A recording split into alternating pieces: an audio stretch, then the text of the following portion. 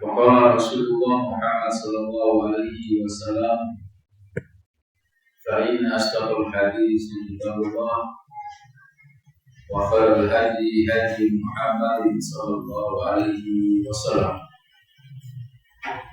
Allahumma shalli ala Muhammad wa ala ali Muhammad kama shallaita ala Ibrahim wa ala ali Ibrahim innaka Hamidum Majid. Allahumma barik ala Muhammad wa ala ali Muhammad kama barakta ala Ibrahim wa ala ali Ibrahim innaka Hamidum Majid. Allahumma inna nas'aluka ilman nafi'an wa rizqan thayyiban wa amalan mutaqabbalan. Allahumma anfa'na bima 'allamtana wa 'allimna ma yanfa'una wa zidna ilma. Allahumma amin ya rabbal alamin. Bapak Ibu hadirin hadirat kaum muslimin muslimat rahimani wa rahimakumullah. Syukur alhamdulillah kita panjatkan kehadiran Allah. Alhamdulillah Allah masih terus memberikan kita nikmat sehat, umur panjang, juga waktu yang luang, sehingga dengan nikmat tersebut kita alhamdulillah dimudahkan malam ini bisa kembali bertemu di tempat yang mulia ini untuk kita memakmurkan salah satu di antara rumah Allah dengan tafakuh fiddin. Alhamdulillah, suatu kebahagiaan bagi kita sebagai bukti iman kita kepada Allah. Kita dimudahkan untuk bisa sholat jamaah di saat banyak orang yang kadang tidak bisa jamaah gara-gara Agustusannya. Alhamdulillah, bahkan ada yang mulai ashar, maghrib, isya, ya sholat. Boleh dulu juga, Masya Allah. Alhamdulillah, saya dengan masih terus diberikan nikmat sehingga masih sadar terus menghambakan diri kepada Allah, sehingga dalam keadaan apapun dan berusaha sholat tidak kita tinggalkan. Tapi itulah memang manusia, karena kadang mengikuti langkah-langkah setan, dibisiki oleh setan. Kemaksiatan itu indah, kemaksiatan itu asik, sehingga kadang ketika nggak sholat itu dianggap sudah biasa. Alhamdulillah, tapi bagi kita insya Allah orang-orang yang beriman, justru ketika kita tidak sholat ada rasa sedih. Kadang karena ketiduran saja nggak sholat sedih. Di sini kadang sengaja nggak sholat. Kita berdoa, kita doakan mudah-mudahan keluarga kita, kaum muslimin semuanya min ahlis sholat. Allahumma amin ya rabbal alamin. Salawat dan salam mudah-mudahan terus tersampaikan dan tercurahkan untuk Nabi kita Muhammad sallallahu alaihi wasallam, keluarganya, sahabatnya, beserta kaum muslimin yang terus mengamalkan dan menyebarkan sunnah-sunnahnya.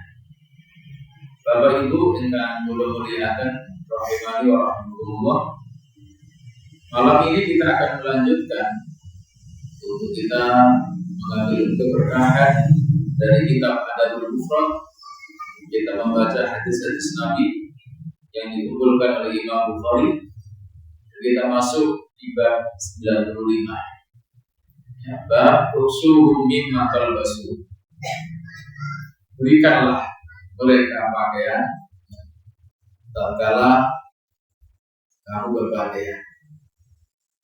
Ini perintah oleh mu'alif dengan judul berhubungan dengan masih masalah budak, apalagi nanti hubungannya dengan anak istri kita, atau mungkin kita yang punya pegawai, punya pembantu, maka perlu kita renungkan hadisnya.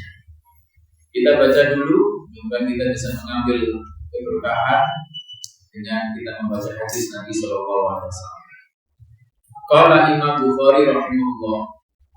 Imam Bukhari rahimahullah berkata, hadatsana Muhammad ibn Abbad, qala hadatsana Hatim ibn Ismail, an Ya'qub ibn Mujahid, an Abi Hajrah, an Ubadah ibni Walid ibni Ubadah ibni Samit. Langsung saja saya ambil dari sahabat Ubadah ibni Samit. Kira terlalu panjang. Sahabat Ubadah ibni Samit berkata, "Kharastu ana wa abi natlubul ilma fi hadzal hayyi fil ansar." Kharastu ana, saya pernah keluar dari kampung kami, dari rumah saya. Wa abi, dan bersama bapak saya. Jadi sahabat Ubadah ini cari ilmu bersama bapaknya. Inilah bagaimana gambaran para sahabat. Keluar rumah untuk apa? Mencari ilmu. Dan biasanya jauh. Beda dengan jenengan. Jenengan 5 menit nyampe. Bahkan 2 menitnya karena nggak terlalu jauh. Baik. Keluarnya kami bagaimana? Natlubul ilma. Kami bersama bapak kami keluar dari rumah untuk mencari ilmu. Karena kita tahu jamaah, kenapa para sahabat mencari ilmu keluar rumah? Karena pada dasarnya ilmu itu tidak dalam, bukan ya leha-leha, bukan nyantai. Makanya sekarang kalau kita saat ini kan ilmu datang ke kita lalu balik. Makanya kadang kita malas baca, lalu banyak saya dilewati ilmu. Tapi tatkala kita datang ke majelis ilmu itu beda. Datang ke Pak Ustaz, Pak Kiai beda. Kesannya, keutamaannya beda. Nah, ilmu dicari. Fi hadzal hayy min al-anfil ansar. Di perkampungan ini, perkampungan Ansar.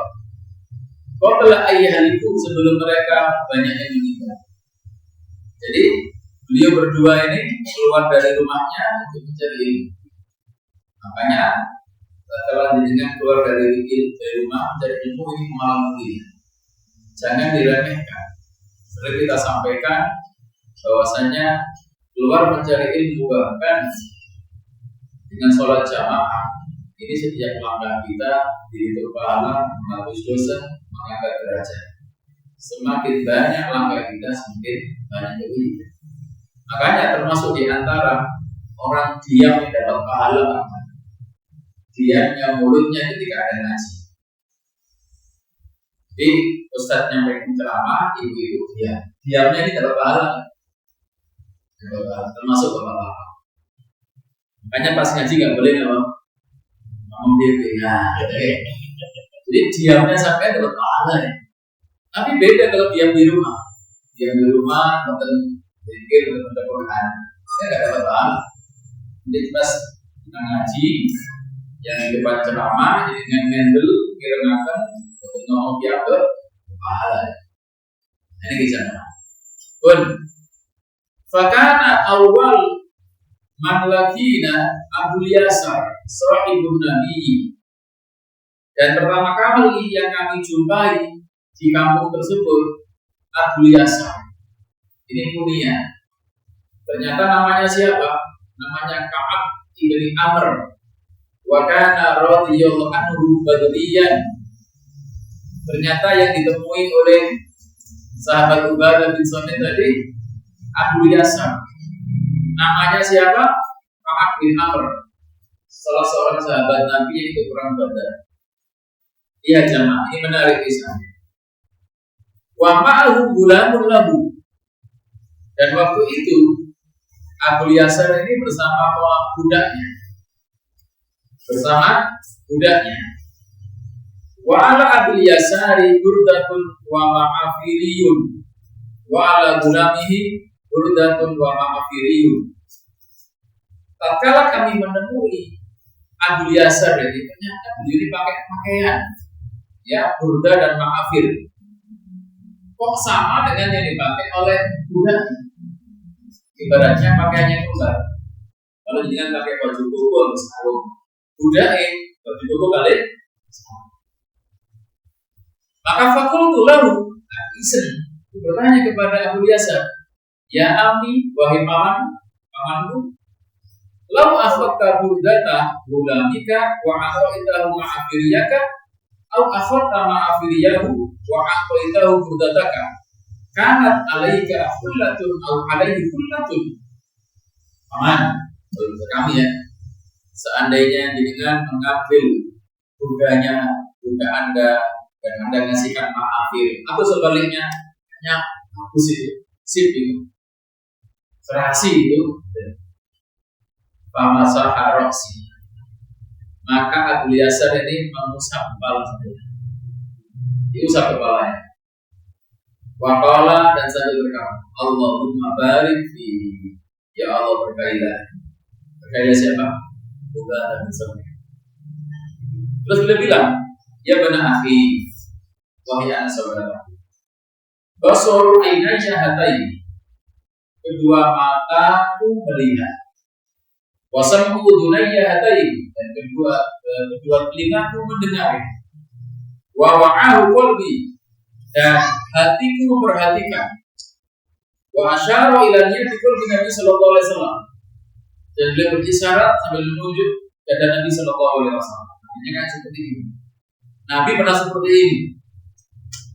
Ya qulu, sambil berkata, at'imuhum mimma ta'kulun. Kalau kalian punya budak, berikan mereka makan sebagaimana kalian makan. Waksuhum mimma talbasun. Berikan mereka pakaian seperti kalian berpakaian. Ini pesan Nabi untuk siapa? Orang-orang yang punya budak. Kemudian beliau mengatakan, ini perkataan yang indah, yang menunjukkan bagaimana seorang sahabat Nabi sangat takut kepada Allah. Beliau mengatakan, wa kana an utiyahu min mata'id dunya ahwana alayya min ayyahuda hasanati yawmal qiyamah. Aku lebih baik memberikan perhiasan dunia. Jadi aku memberikan baju kepada budakku dengan yang sama seperti yang aku pakai, itu lebih ringan bagiku, lebih aku cintai daripada nanti dia di akhirat mengambil kebaikan-kebaikan, daripada dia di akhirat yaumul qiyamah mengambil kebaikan-kebaikan. Bisa Anda bayangkan cuma ini budak. Nabi merintahkan apa? Kalau kalian makan, maka budak makan. Kalau kita makan tempe, budak kita makan. Kalau kita makan bakso, budak kita makan. Itu aslinya. Tapi kenyataannya, budak dengan pembantu beda apa sama? Beda. Kalau budak dijual belikan, budak mohon maaf, perempuannya boleh dijinai tuannya. Tapi kalau pembantu, urusan ini bahaya. Tetapi budak laki-laki tidak boleh dijinai tuan perempuannya. Tapi kalau budak perempuan boleh. Mungkin nanti panjang itu bahasanya. Tapi intinya nggak sama dengan pembantu. Pembantu orang merdeka. Kalau budak dijual, ini tidak sama. Nah, kalau kepada budak saja, kalau makan kita ngasih makanan seperti kita makan. Kalau kita berpakaian, artinya kalau kita punya pembantu jauh, maka kalau ngasih persen jadi murah-murah. Riroyo bingkisannya apa? Andro sing molor. Tapi jeragane juga sih lah. Iya betul. Nabi mengatakan apa? Waksuhum mimma talbasun. Berikan mereka pakaian seperti yang dia pakai. Kalau kita laki-laki misalkan pakai sarung mereknya A, maka Anda kasih hadiah kepada budak mereknya A, jangan yang Z. Jadi kan pakai yang A yang mahal, budaknya yang Z. Tinggal apa? Mungkin dulu. Kenapa sarung mungkin? Masya Allah, murah banget. Sampai nggak ada istilahnya sarung ini apa ya? Kan ada sarung yang kalau dibuat adem jadi aman. Jadi buat adem tadi, ada kan? Enak sarung. Tapi ini enggak molor terus. Dipakai sarungan hampir. Saking murah. Ustaz, boleh nggak ini kita lakukan kepada anak buah kita? Silakan. Anak buah kita orang merdeka. Ini budak. Dan zaman ini kan nggak ada perbudakan. seandainya kita punya pegawai yang istiqomah dengan kita, kasih hadiah yang seperti kita. Subhanallah, nopo balik kepada istri kita, kepada anak, jangan dari yang Jawa terlalu eman. Kalau kita aja beli sarung yang mereknya A, dan merek M, jadi ini aja, spesial ya.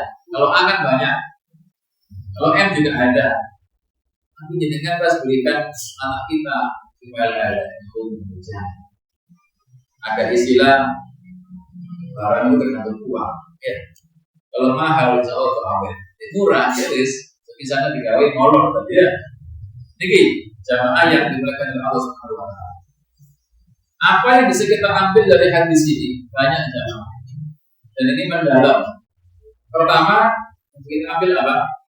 Hubbus sahabati lil ilmi wa rihlatuhum fi talabi. Cintanya para sahabat dengan ilmu sampai rela keluar dari rumah. Dengan saya, dengan awal paling jauh mana? Hidayah. Di mana dulu? Betul? Halo? Pernah nggak yang jauh dari itu? Dulu pernah dulu. Sekarang juga beda. Aduh, iya. Pertanyaannya apakah harus dulu, Ustaz? Tidak. Kalau Anda mendengar ada ustaz yang terkenal yang dengan favorit hati, mana dulu aja nggak terlalu jauh. Dari sini 5 menit nyampe. Ini para sahabat sampai 1 hari 2 hari untuk belajar ini. Maka semangatnya perlu kita pilih.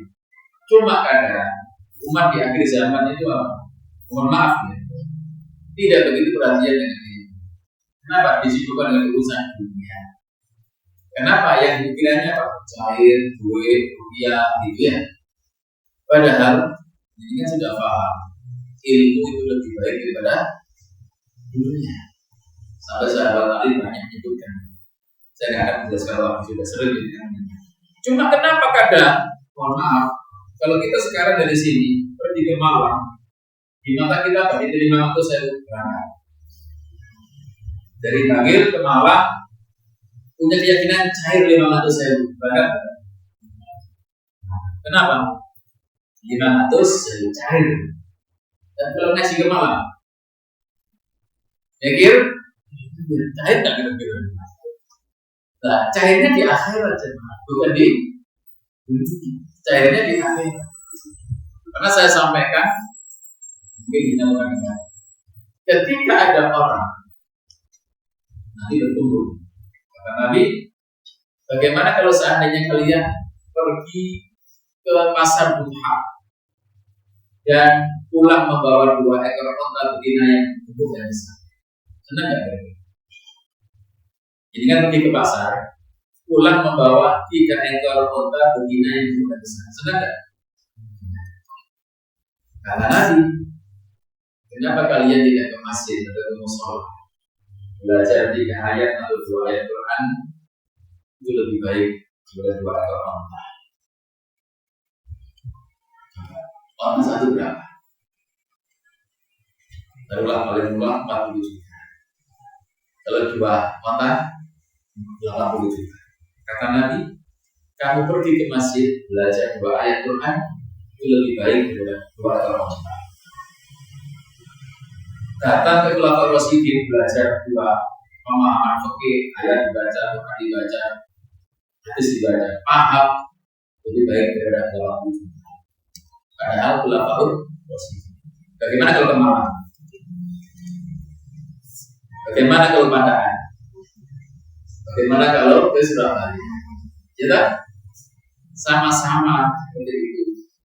Maka disinilah saya jadikan termotivasi untuk tetap belajar menjadi ilmu. Jadi ilmu itu memang diketahui, bukan kita nyantai, bukan kita leha-leha. Tentu alhamdulillah ini kan salah, tapi tetap kita harus datang ke majelis ilmu.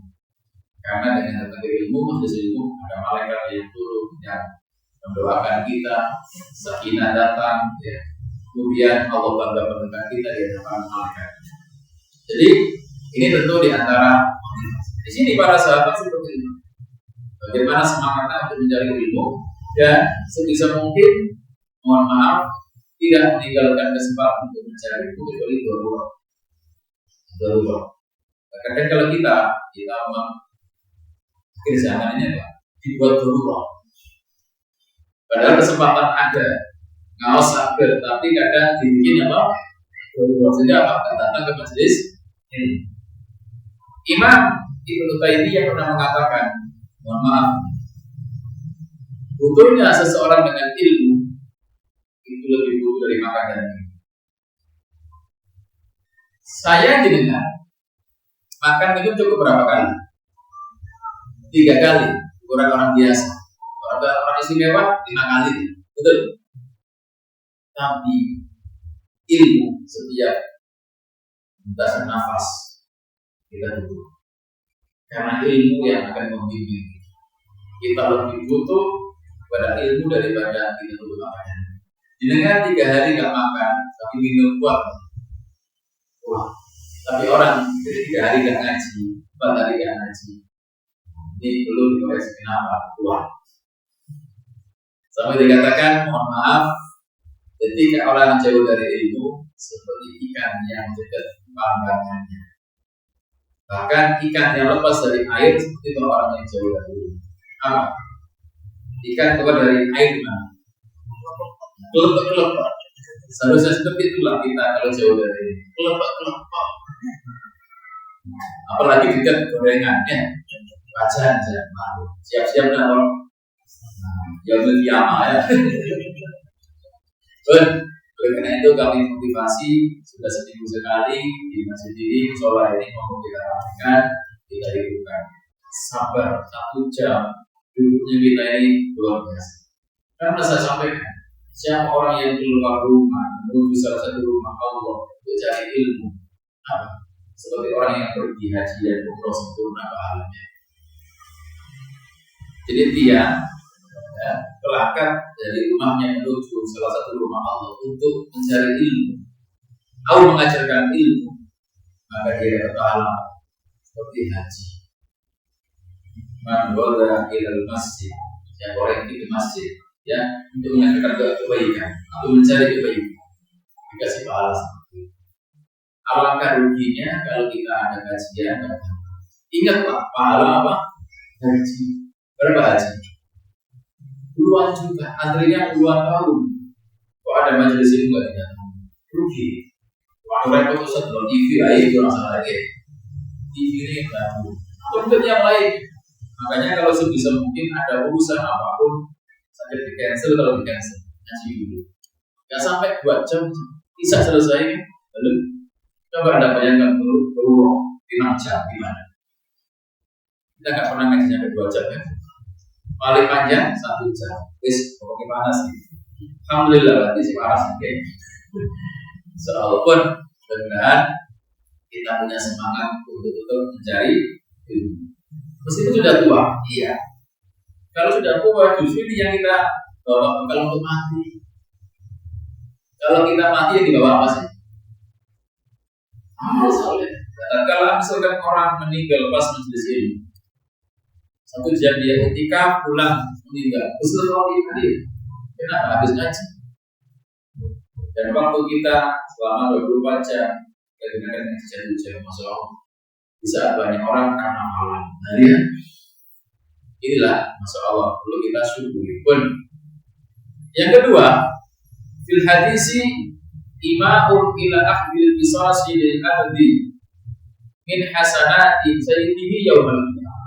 Dari hadis tadi menjadi isyarat bahwasanya ada kisos bagi seorang budak atas tuannya apa? Dengan mengambil kebaikan dari tuannya. Jadi ketika hamba itu didolimi, hamba saya itu nanti hamba saya itu minta kisos. Apa kisos di antaranya? Ambil kebaikannya. Kita nggak ingin ada orang-orang yang mengambil kebaikan kita. Maka kita harus berhati-hati dalam kehidupan. Maka di antara orang yang kata Nabi, atadruna mal muflis, tahu nggak kalian siapa orang yang rugi? Orang yang rugi adalah orang yang pada hari kiamat bawa pahala puasa, bawa pahala haji, bawa pahala banyak sekali. Tapi dia nyakiti orang, dia dolimi orang, dan seterusnya. Yang akhirnya orang-orang yang dizalimi ngambil pahala itu. Bisa. Aku bilangin, karena kata Nabi, jika kalian punya kezaliman, minta maaf lagi di dunia sebelum nanti uang dinar itu nggak manfaat, uang dinar nggak manfaat. Maka di antara hal yang ditakutkan oleh Abu Yasar yang namanya Abu Amr ini yaitu saya mending membelikan pakaian Abu Bakar, saya mending ngasih makan juga saya daripada nanti saya kebaikan saya diambil. Makanya saya dengan nggak boleh pelit sama istri.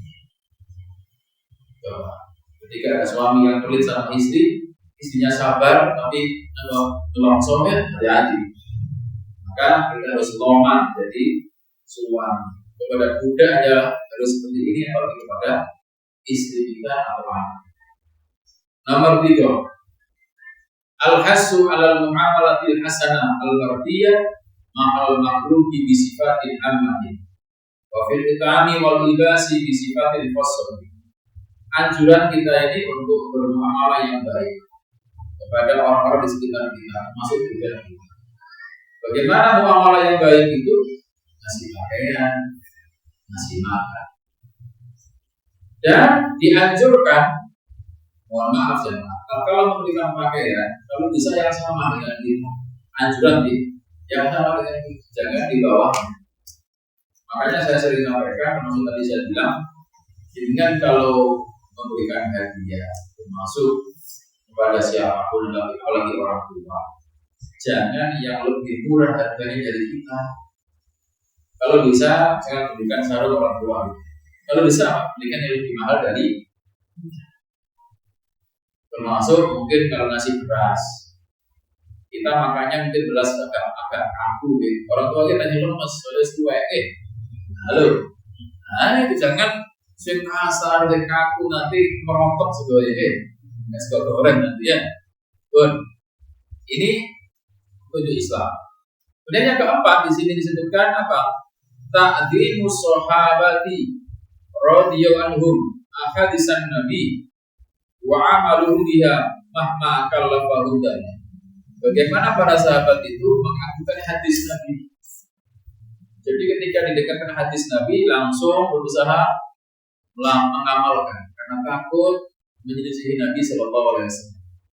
Makanya di antara ucapan para ulama, al-imanus shadiq, iman yang jujur itu jamaah, mengharuskan kita at-tamassuk bi sunnati Rasul Sallallahu Alaihi Wasallam, mewajibkan kita berpegang teguh dengan sunnah Nabi, artinya dengan ajaran Nabi.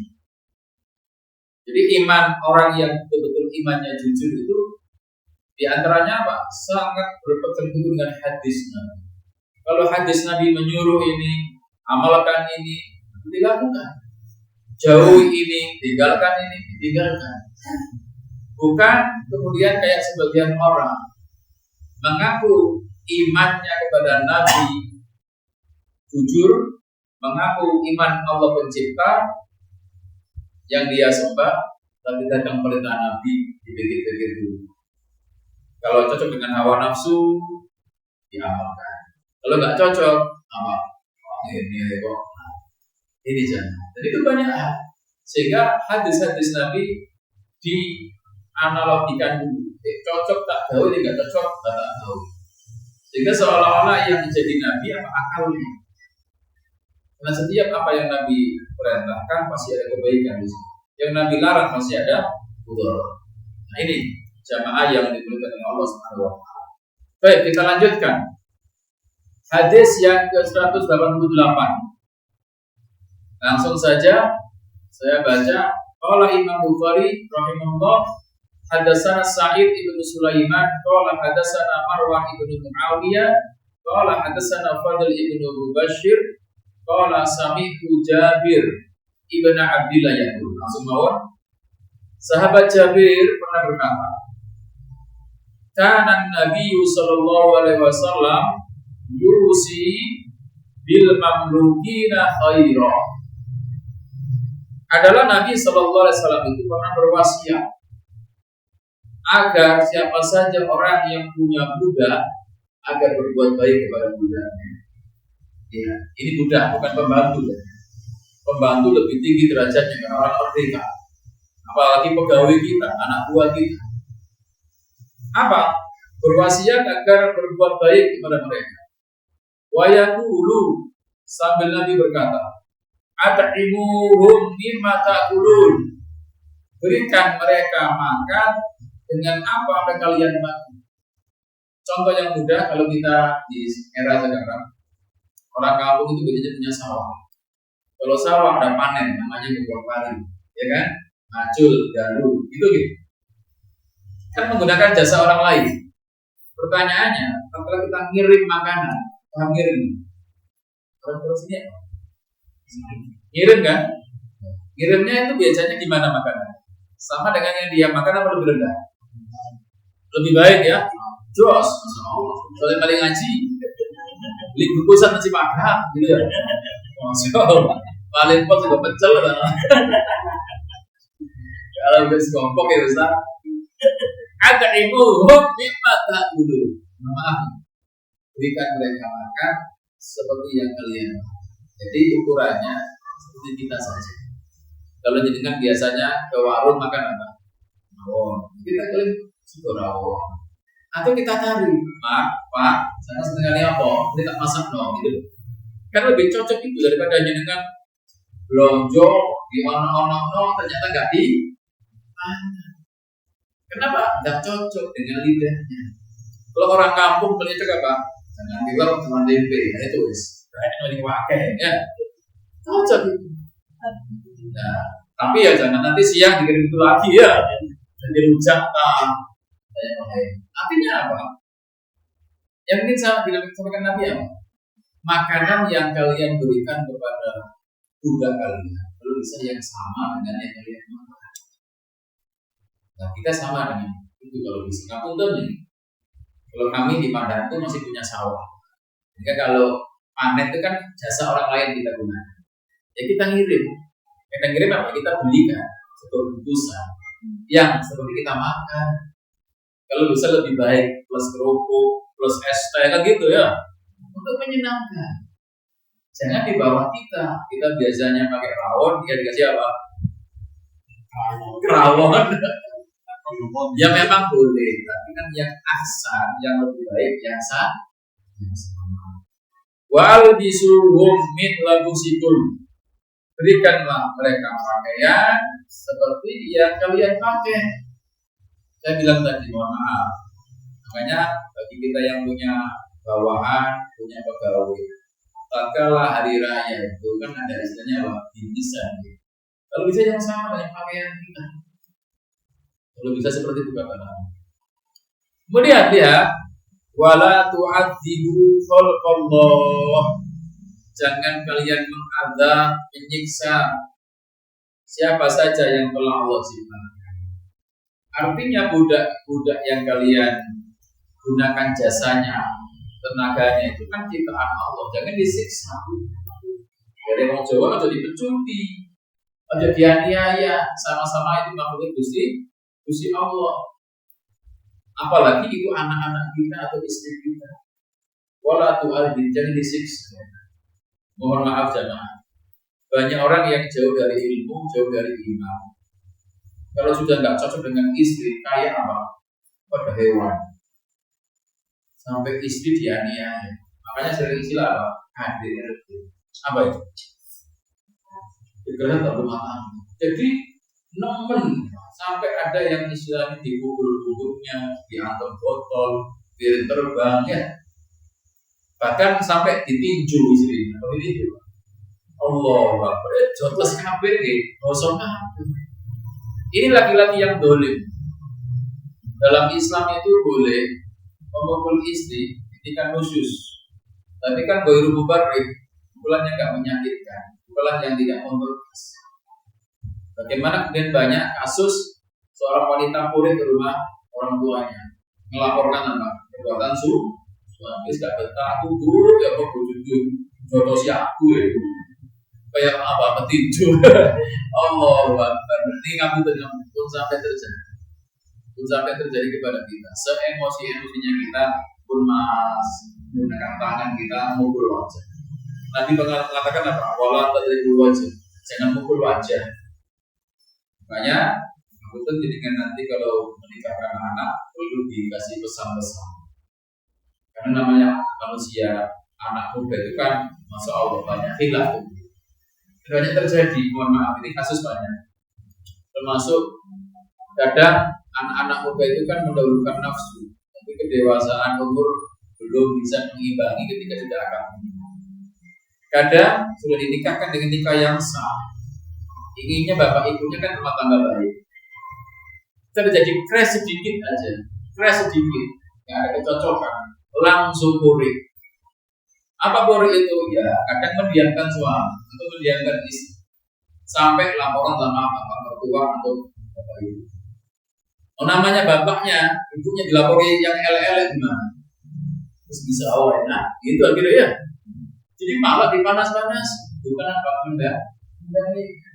Padahal masalah remeh, yang harusnya nggak boleh keluar apa. Makanya banyak sekarang kalau bahasa kami, mohon maaf, rumah tangga itu kayak orang Yahudi. Apa Ustaz? Kalau punya masalah dengan pasangannya, orang Yahudi itu kalau punya masalah, ngerengek di tembok rengengan. Ngerengek di tembok apa? Rata. Pernah dengar? Di katanya di Al-Aqsa tuh, tembok apa? Merata. Itu orang Yahudi punya masalah ngerata di situ. Nah, orang-orang sekarang ngerata di mana? Tembok-tembok Facebook. Halo, tembok-tembok Instagram, betul nggak? Beranda, guys, ternyata suami saya nggak seperti saya kira. Curhat apa itu? Tentang semakinnya, padahal itu aib. Betul nggak? Banyak yang dengan guys, suami saya marah, guys. Subhanallah. Ada nggak ini? Mana? Nah orang Yahudi ngerapatnya di mana? Tembok apa? Ini solusi. Nah orang Muslim juga kan temboknya bukan Yahudi tapi Facebook gitu ya, Instagram, status. Kadang kita sedih saja. Makanya aku bagi bapak-bapak ini penting, mas-mas ya. Nanti kalau nikah ya, aib istri jangan disebarkan di mana? Di sini. Atau Anda tulis, guys, istri itu sedang gak sehat guys. Itu aib rumah tangga nggak boleh keluar rumah. Ingat, nggak boleh menyebabkan aib. Makanya saya bilang belum ngaji ya. Kalau dalam bahasa orang tentu belum ngaji udul jen ya, atau protol uyun ya, dan semacamnya ya. Belum memang masuk ke ranah itu. Sekarang semua di status ya. Sampai mohon maaf, masa status ya? Buat kembali ke sini bahaya nih. Jamaah Nabi alaihissalatu wassalam pernah bersabda, ikhwanukum ja'alahumullahu tahta aydikum. Saudara-saudara kalian Allah jadikan itu di bawah kekuasaan kalian. Jadi Nabi menggunakan bahasa saudara kalian. Fa'at'imuhum mimma ta'kulun. Berikan mereka makan seperti apa yang kalian makan. Wa albisuhum mimma talbasun. Berikan mereka pakaian seperti yang kalian mau. Jadi hadis seperti ini banyak. Makanya mohon maaf kalau bapak-bapak beli pakaian yang mahal, maka imbangilah istri juga kalau mahal jangan marah. Kadang kan bohong. Suami pilih yang mahal-mahal, istri ya larang yang murah-murah aja. Balik ya. Ya ke dua. Ada dulu ke dua.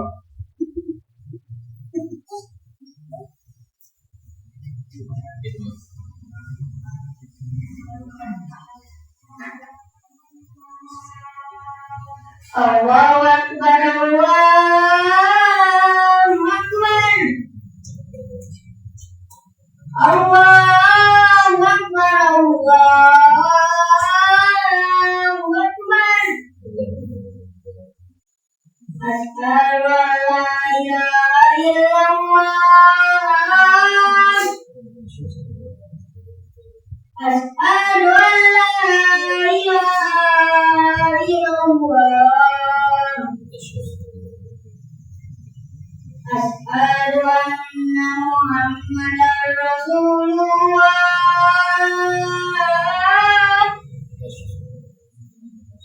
Asyhadu anna Muhammadar Rasulullah.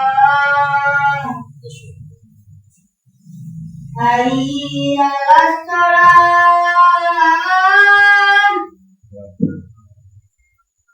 Hayya 'alas shalah.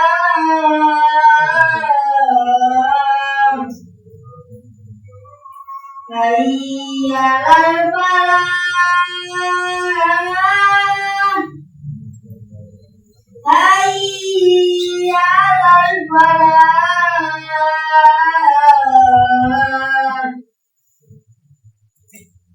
Allahu Akbar, Allahu Akbar, la ilaha illallah.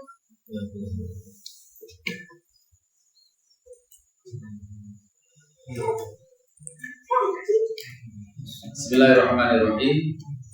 Saya tambah satu hadis lagi. Ini penting. Hadis 189, babnya 96. Apa itu? Bab sibabul abid, bab menghina budak. Ini menarik ya. Jadi menghina budak dibahas di sini. Nah, apalagi menghina istri, apalagi menghina orang. Hati-hati. Kita baca hadisnya satu aja ini. Kita bukan dengan yang lain. Imam Bukhari berkata langsung saja. Kata Ma'rur ibnu Suwaid. Ma'rur ini ya namanya Abu Umayyah al-Kufi. Dia berkata, Ra'aitu Aba Dzarri. Saya pernah melihat Abu Dzar. Wa alaihi hullatun wa ala hulamihi hullatun. Ya.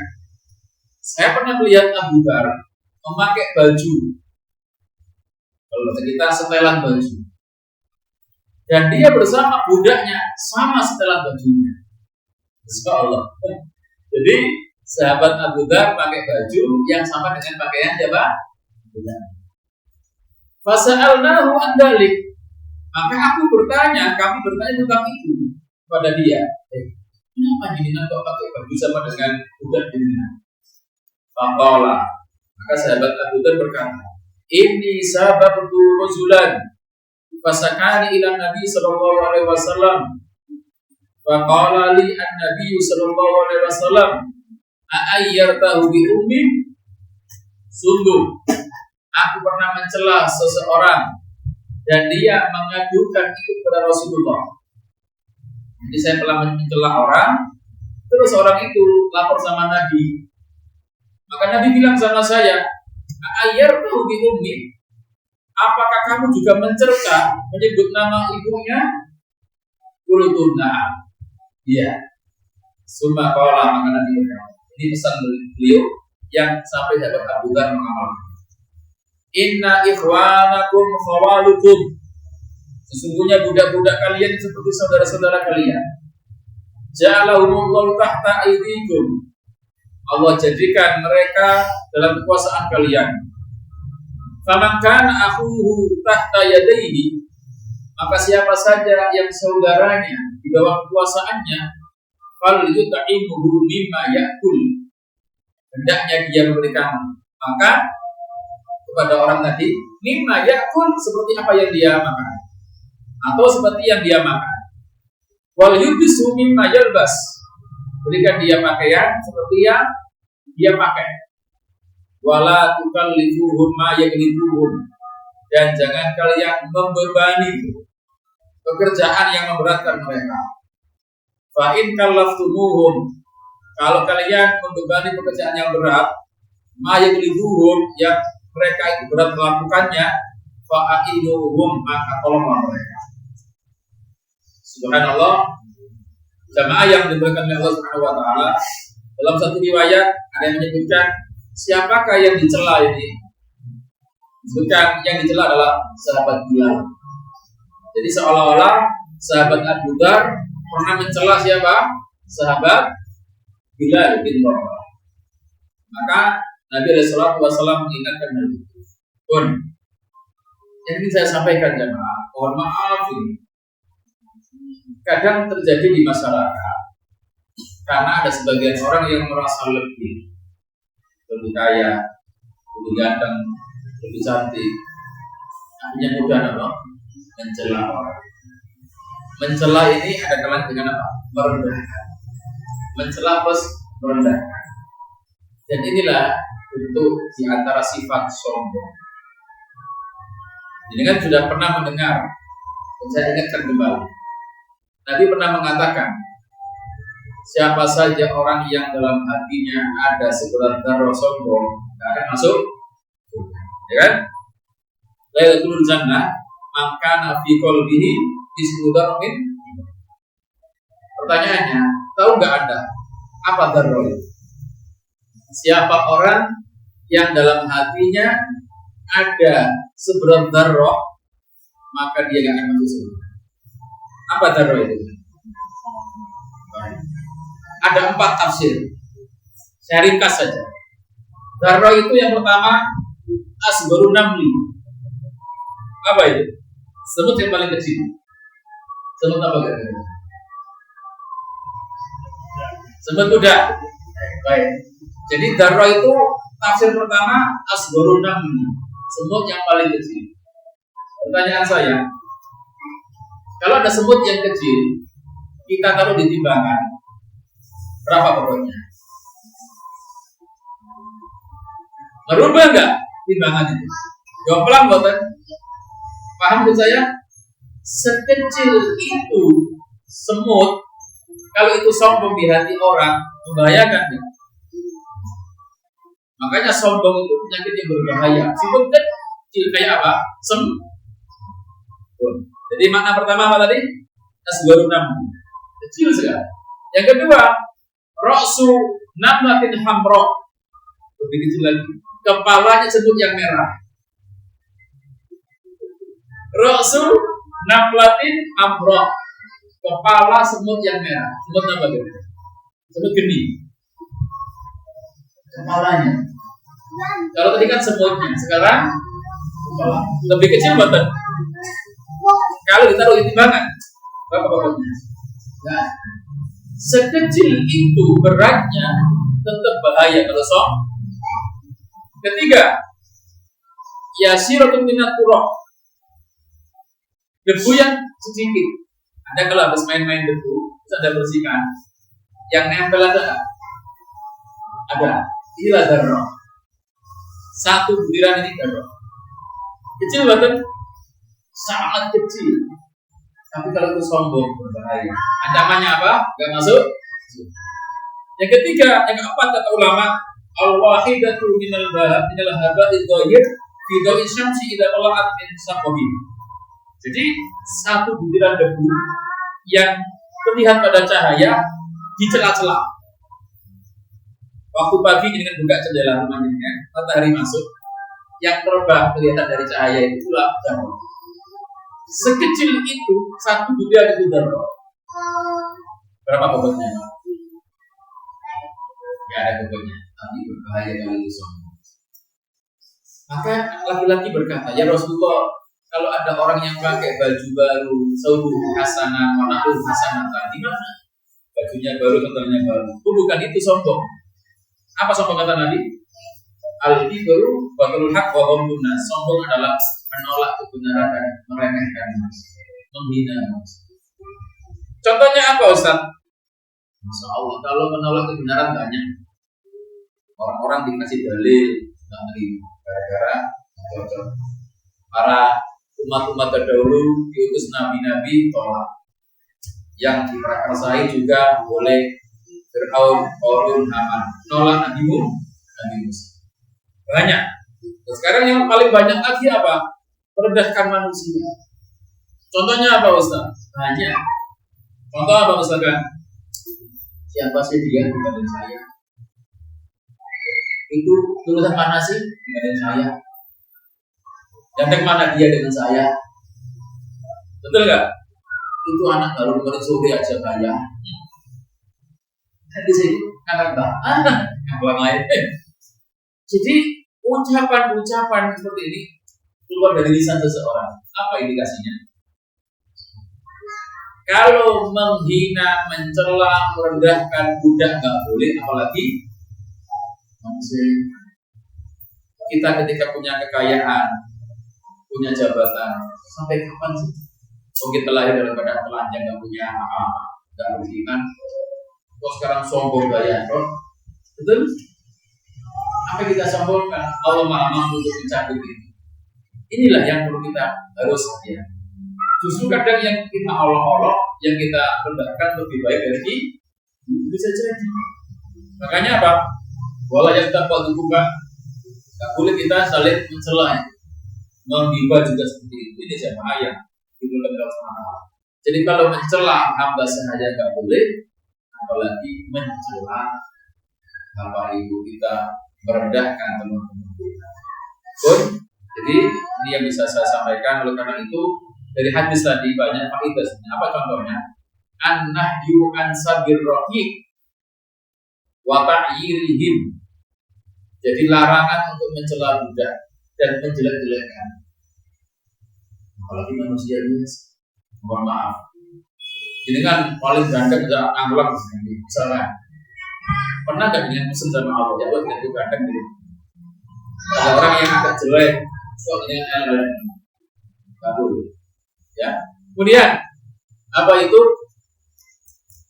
Tarkut tarafuq wal ananiyah ma'al muslim. Tinggalkan merasa lebih tinggi. Jauhi merasa lebih hebat. Hindari merasa lebih berjasa. Karena itu semua pertolongan Allah. Kita diberikan yang seperti ini anugerah Allah. Kalau Allah mampu mencabut. Sampai kita bisa saat ini yang punya mobil dari pada zamannya. Ini pemberian Allah. Yang ingin punya sepeda kan pemberian Allah. Jangan menggaya dengan sepeda terus menghina siapa?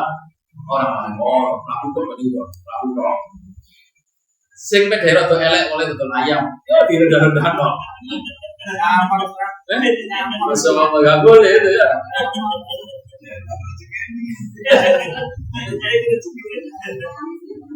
Sombong itu memang penyakit hati ya, Pak. Tapi kan kadang kelihatan dari apa? Makanya ketika Luqman bin Hakim menasihati anaknya, wala tusaqir qawdaka linnas wala tamshi fil ardi maraha innallaha la yuhibbu kulla mukhtalin fakhur. Kan gitu. Lah kata-kata mukhtal dan fakhur itu apa? Sombong itu kadang-kadang dengan gestur tubuh, pamit tubuh, gaya, pakaian, jalan. Terus kadang dengan ucapan yang banyak ucapan. Doa lagi nanya dia bro. Ada telur ayam main kaya apa? Sampai subhanallah direndahkan. Tanda apa? Kesombongan. Makanya tarbul ikhtikari lil muslim, jauhi merendahkan, menganggap orang remeh, jauhi. Bisa jadi yang Anda anggap remeh ringan ya. Dia elek, itu betul ayam elek. Pas metu BMU ya. Allah musta'an. Jadi jamaah yang dimuliakan oleh Allah Subhanahu wa taala, maka kita berlindung dari lisan kita jangan sampai mudah merendahkan orang bahkan menghina. Mudah-mudahan saya dengan diberikan hidayah oleh Allah terus bisa berbuat baik dalam anak istri kita, memaklumi kepada anak istri kita, keluarga kita, saudara-saudara kita, dan kita jauhi mencela kaum muslimin dan saudara-saudara kita. Apalagi orang-orang yang memang maaf kelihatan baik dan sebagainya. Tapi tatkala kita kadang mengucapkan sesuatu yang dalam Islam boleh, itu boleh kita ucapkan. Ketika ada orang yang maksiat terang-terangan, Pak RT, Pak RW jelas-jelas maksiat terang-terangan, Pak Asuh, ya boleh kita ngomong di hadapan kaum muslimin untuk mengingatkan kalau itu hal yang tidak baik. Maka bukan dari ghibah. Yang ghibah yang tidak boleh adalah yang ketika dia sembunyi-sembunyi maksiatnya terus kita bongkar terusnya. Jadi ada pembahasan yang lebih rinci tentang masalah seperti ini. Ini mungkin yang bisa saya sampaikan. Mungkin ada yang ditanyakan, monggo kami buka tanya jawab. Wallahu a'lam bishawab.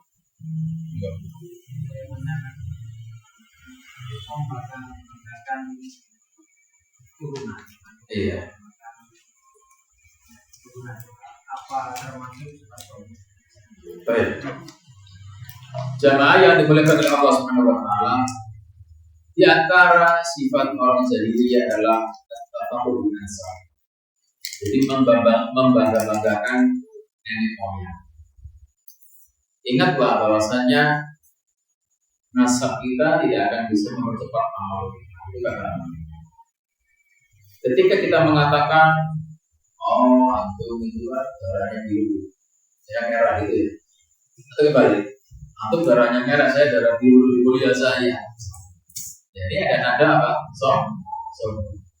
Kalaupun seandainya, misalkan, saya paham dengan pertanyaan sampai. Seandainya memang dia itu durian Nabi, seandainya memang durian Nabi, ya aku kemudian dia mencoba. Seandainya dia itu durian, turunan Nabi dari sisi Hasan atau Husain, karena kita harus mengakui durian Nabi itu ada. Buktinya nanti di akhir zaman ada Imam Mahdi yang akan muncul, yang mana itu adalah durian. Maka biasanya orang yang betul-betul punya ilmu, ketika dia memang durian, maka enggak ngetok-ngetok, malah berusaha apa? Tawadu, karena bukan untuk dibangga-banggakan. Lah biasanya yang seperti itu karena ingin dipuji manusia, ingin ditakdirkan manusia, ingin manusia melihat dengan ABC.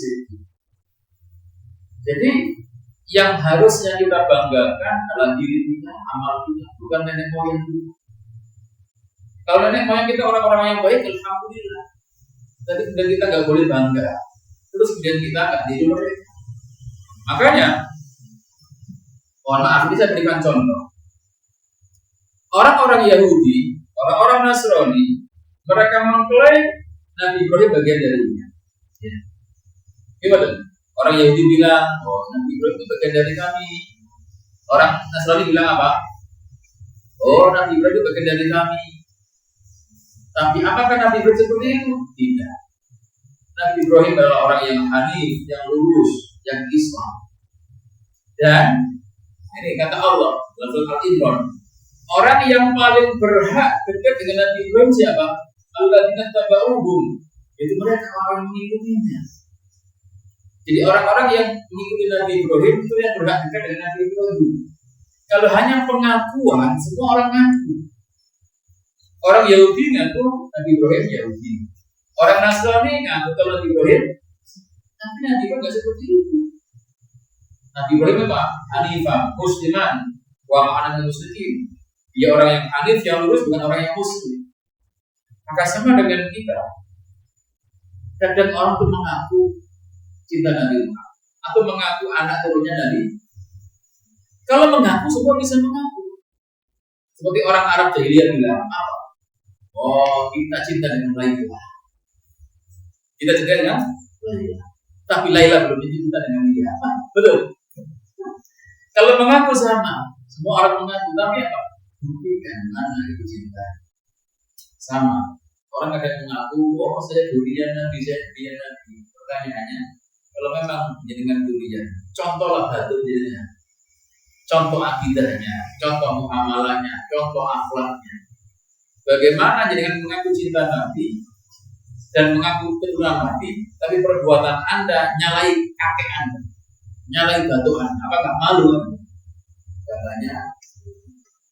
Jadi ketika ada nada terus meremehkan orang karena dia merasa nasabnya tinggi, sombong. Nah, sombong itu nggak mengenal siapapun. Ketika dia merasa lebih dari orang lain dan merendahkan orang lain ini, al-kibru batul haq wa batul nas. Sombong apa? Menolak kebenaran dan merendahkan, direndahkan. Oh, dia kan bukan alawiyin, ya kan itu kan bukan alawi, direndahkan. Kalau al-aqiyah nggak boleh. Inna akramakum indallahi. Sesungguhnya orang yang paling mulia di antara kalian yang paling bukan dari sisi. Nah, seandainya memang ada dan buktinya ada, kita hormati. Karena memang mulia Nabi itu ada. Yang nanti juga sampai ke Imam Mahdi. Tapi siapa? Ya Allah wa'ala semua. Maka kalau ada orang itu ngaku, namanya pengakuan. Fakti burhanakum in kuntum shodiqin. Datangkan buktinya kalau memang sampai betul. Benar lagi. Kadang sekarang bisa dibohongi kok sana-sananya. Pun intinya membanggakan nenek moyang sampai merendahkan manusia bagian dari mohon maaf, kita lihat bagaimana Abu Bakar, bagaimana anak-anak Nabi. Tidak ada yang sombong-sombong seperti itu. Aku loh, mertuanya Nabi. Oh, enggak gitu kan? Kalau Abu Bakar kan mertuanya, nggak bilang aku mertuanya Nabi, anakku tidak Nabi. Enggak. Tawaduknya luar biasa. Umar juga seperti itu. Umar mertuanya juga, tapi nggak sombong. Nah, bukan orang belakangan yang jual nasabnya oleh Nabi, merasa mengaku oleh Nabi, langsung mengaku banget. Makanya kalau sampai kayak dengan tadi bilang tidak merendahkan manusia yang lain, itu adalah kesombongan dari siapapun itu. Wallahu a'lam bishawab. Ingat, bukan dalam artian kita menolak dia Nabi ya. Dia Nabi itu ada. Ya, ada. Buktinya nanti sampai hari kiamat akan muncul siapa? Imam. Dan dengan kita tahu di dai kita ada Habib, tapi nggak pernah ngaku Habib. Ada. Kenapa? Ingin tawadu. Wallahu a'lam bishawab. Dan ketika orang itu tawadu akan terangkat derajatnya. Demikian. Ada yang lain? Oke, terakhir. Tua. Oke. Sekarang ini kan banyak sekali orang tua. Tapi tua itu tokoh-tokoh masyarakat. Misalnya tua, wakil presiden, belum. Nah, ini bagaimana? Baik. Jamaah yang dimuliakan oleh Allah Subhanahu wa taala, pada dasarnya ada orang-orang yang dalam artian kita ngomong dibai boleh. Kita dibai orang yang maksiat terang-terangan itu boleh. Termasuk kata Imam Nawawi ini bagian dari dibai yang boleh. Contoh misalkan ketika ada orang main bumi itu di pos ronda, terang-terangan dan mabuk. Terus kita ngomong di sini tentang dia, boleh kan? Aslinya kan kita nggak boleh menceritakan aib saudara kita. Memang karena dia terang-terangan maka itu. Maka pada dasarnya seperti itu. Terus bagaimana dengan mencela pemimpin? Dan itu maksudnya pemimpin yang mana dulu? Nah, pemimpin yang mana dulu? Dalam artinya apa? Pada dasarnya kalau kita mendoakan sepakat. Itu hal yang baik. Kita doakan yang baik. Sampai Imam Ahmad, sampai ulama-ulama sunnah menyebutkan siapa yang kalian jumpai di antara mereka yang mendoakan kebaikan pemimpinnya, dia ahli sunnah. Kenapa demikian? Karena kalau pemimpin itu baik, maka kebaikannya itu semua. Tapi pemimpin itu jelek, istrinya itu siapa? Namanya pemimpin. Tentu ada apa? Ada aib. Karena bukan seperti Nabi dan yang lain. Maka kalau bagi kita, saran kita kalau pemimpin punya tertinggi, kayak wali amr tertinggi, kita berusaha menjaga lisan kita dari mencela. Mencela siapa? Pemimpin kita. Apalagi dalam artian sampai yang sedetail-detailnya. Artinya apa? Dengan menyebut nama misalnya. Kalau bisa dihindari. Kenapa? Karena itu pemimpin kita. Pemimpin itu kadang menceritakan siapa? Rakyat. Kenapa? Karena rakyat itulah, mohon maaf, yang memilih. Makanya pemimpin itu cerminan apa? Maka kalau kita lihat seperti itu, kalau dalam bahasa kita yang kita nggak suka, tapi jangan sampai kemudian bikin orang lain juga nggak suka. Kalau bisa syarat kita adalah berusaha untuk mendoakan yang baik supaya berubah. Kalau kita mendoakan yang baik, pahala supaya ya Allah dan dia Allah gitu ya, itu aja lebih baik. Kadang kita kalau sampai mencela ABC apa manfaatnya? Malah kadang menambah permusuhan dengan wallahu a'lam. Itu nasihat yang bisa saya sampaikan. Jadi kita doakan dan setelah itu sudah mati ya. Insyaallah kan gitu. diri lagi. Allah alam bisawab. Jadi kita doakan lagi. Karena sudah terjadi, Allah menginginkan seperti itu. Pemimpin cerminan rakyat. Iya, rakyatnya itu kan rata-rata seperti itu. Apa ada orang gitu ya? Kalau rakyatnya kayak sahabat, mungkin kayak Rasulullah. Tapi rakyatnya kayak maaf tadi, gara-gara aku susah nggak sholat, gara-gara aku susah maghrib, isya, asar dulu nggak sholat. Itu pantas kalau pemilih seperti itu. Akhirnya apa yang baik-baik kalah bodoh. Wallahu a'lam. Maka kita berdoa mudah-mudahan pemimpin kita meskipun tidak begitu soleh banget, jadi sholat, kita doakan mudah-mudahan bisa menjadi lebih baik. Demikian, wallahu a'lam bishawab. Untuk bersabar di atas pemimpin yang tidak baik itu lebih baik sampai 70 tahun daripada sehari semalam tidak ada pemimpin. Tentu yang ideal lah pemimpin yang tapi adanya pemimpin 70 tahun agak zalim tetap lebih baik daripada sehari tidak ada pemimpin. Akan bisa apa?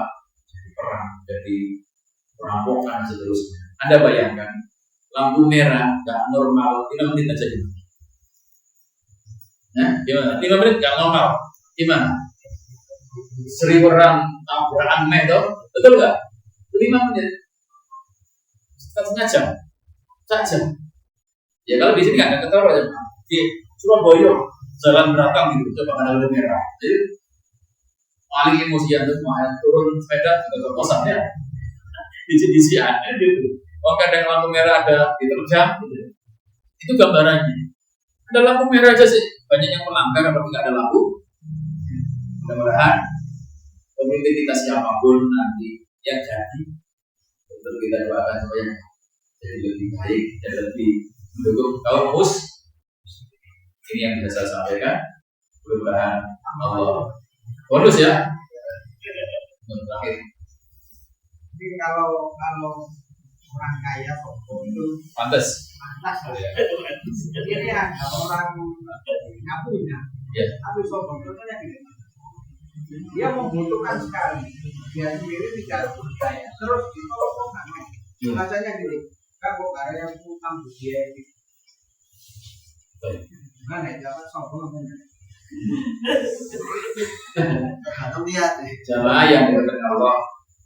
Nabi alaihi salatu wassalam pernah mengatakan ada 3 golongan yang 3 golongan ini terancam dengan tidak diajak bicara oleh Allah, tidak dilihat dengan rahmatnya Allah, dia dapat siksa yang pedih, dan mohon maaf ini orang-orang yang kaya. Siapa di antaranya? Bumi dengan tadi pemimpin yang zalim. Terus wa'ilun mustakbir, orang yang miskin sombong. Wa syaikhun jani, ini 3 istiwa dan zina. Paham? Pemimpin yang zalim, orang tua yang suka berzina, dan orang miskin sombong. Orang kaya sombong jelek, tapi pantas ya. Tapi dia miskin sombong gak pantas belas. Apa ini? Lah tadi ucapan tadi belum tentu dimaknai sombong. Karena mungkin dia ingin seperti orang miskin yang gak mau minta-minta. Makanya dibilang apa? Orang miskin itu bukan orang yang minta-minta kepada manusia, tapi orang miskin yang menjaga diri, yang 3 orang di kampungnya anggap dia miskin. Jadi nggak minta-minta dia, kenapa? Menjaga diri karena minta nggak boleh.